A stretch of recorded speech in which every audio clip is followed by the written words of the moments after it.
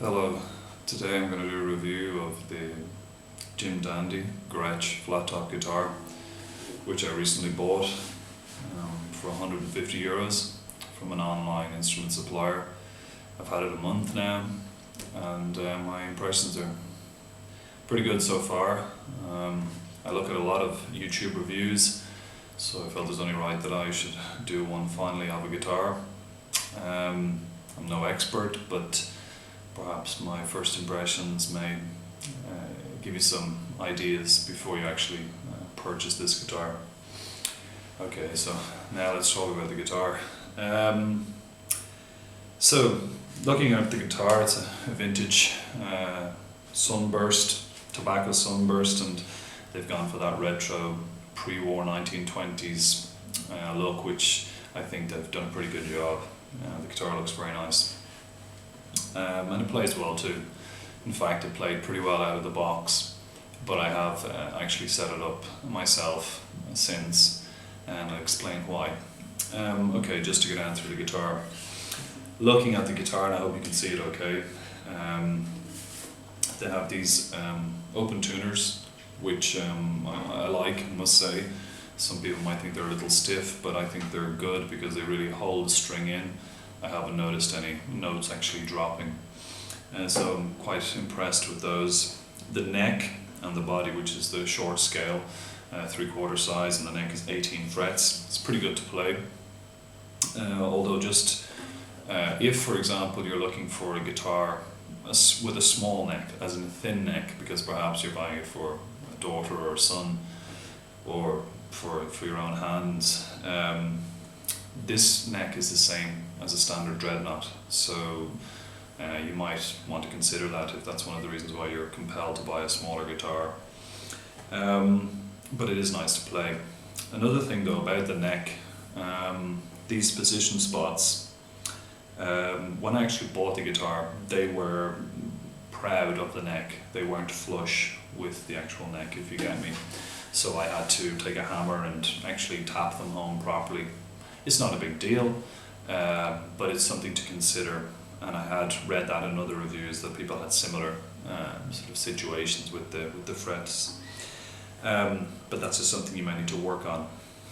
Moving down, the guitar is made of an agathis ply, but you know it still sounds okay, and the actual bridge is pretty well put together, I think. Again, no expert, but looking at the cross bracing and the kirking, it's quite impressive, and seems solid.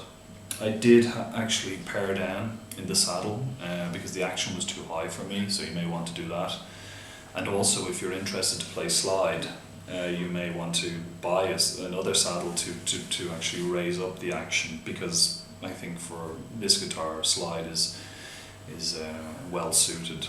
Because that brings me on to the tone. It's very much, kind of cuts through the mix, and it sounds very good in comparison to your other dreadnoughts. You may be a warmer tone, but this is, it's got that a bit more shrill, and it's very good for that kind of Delta blues sound.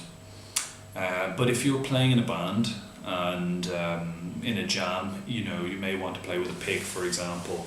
If you don't normally do, because to project out amongst those other guitars, I found anyway, it needs a little bit of persuasion at times, but that's just something to consider. Overall, I think that the guitar is very nice to play, nice to have because of the size, just around the house, the parlour guitar, and for €150, in my opinion, you can't go wrong. And it sounds different to the other guitars I have, the other dreadnoughts, and particularly if you like that Delta blues kind of sound, or some sort of picking, this guitar could work for you. So let's have a listen to it.